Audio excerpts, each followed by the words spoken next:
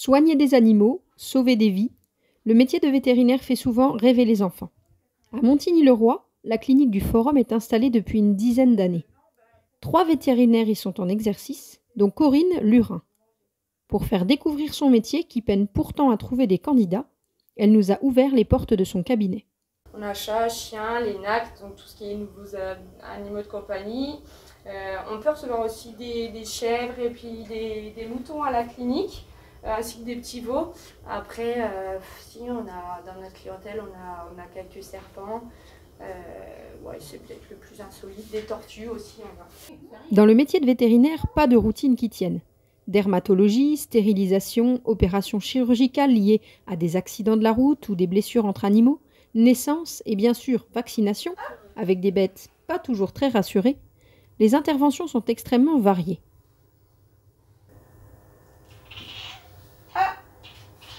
Oh, j'aime pas les piqûres, moi.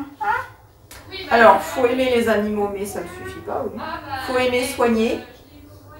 Parce qu'il y a des gens qui aiment les animaux, mais aimer soigner, c'est différent. On les voit malades, on les voit pas bien, on les voit même mourir. Donc il y a des joies parce qu'il y a des naissances, mais il y a aussi des peines. Ce matin-là, en se rendant au travail, l'une des auxiliaires de la clinique a trouvé sur le bord de la route un petit oiseau blessé. Malgré les soins apportés par la clinique, la pauvre bête n'a pas survécu. Il faut aimer le contact avec les animaux, faut aimer la médecine, il faut aimer chercher, il faut être acharné, très persévérant. Autant pour les études qu'ensuite dans le métier. Et je pense qu'il faut aussi avoir attrapé le virus, comme je dis. Si on n'a pas la passion, c'est pas un métier qu'on exerce longtemps. Les petits bobos côtoient les urgences, et elles ne préviennent pas. Alors être vétérinaire, c'est de l'engagement, 7 jours sur 7. Ce jeune chat ne s'alimente plus. Il a fallu l'endormir pour pouvoir procéder à des examens. Pour l'assister dans ses tâches, le vétérinaire peut compter sur de très précieuses petites mains, les auxiliaires spécialisés. À Montigny-le-Roi, elles sont 3.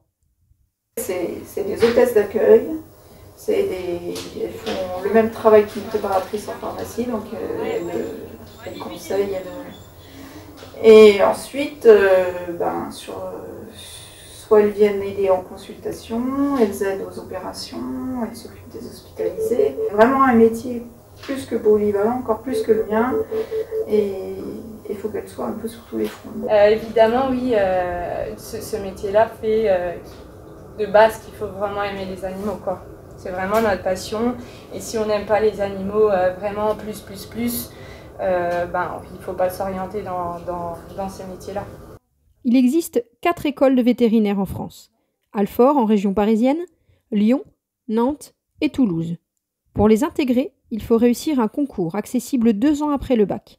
Mais depuis cette année, le recrutement s'effectue dès le baccalauréat pour pallier le manque de vétérinaires. C'est une formation sur 5 ans.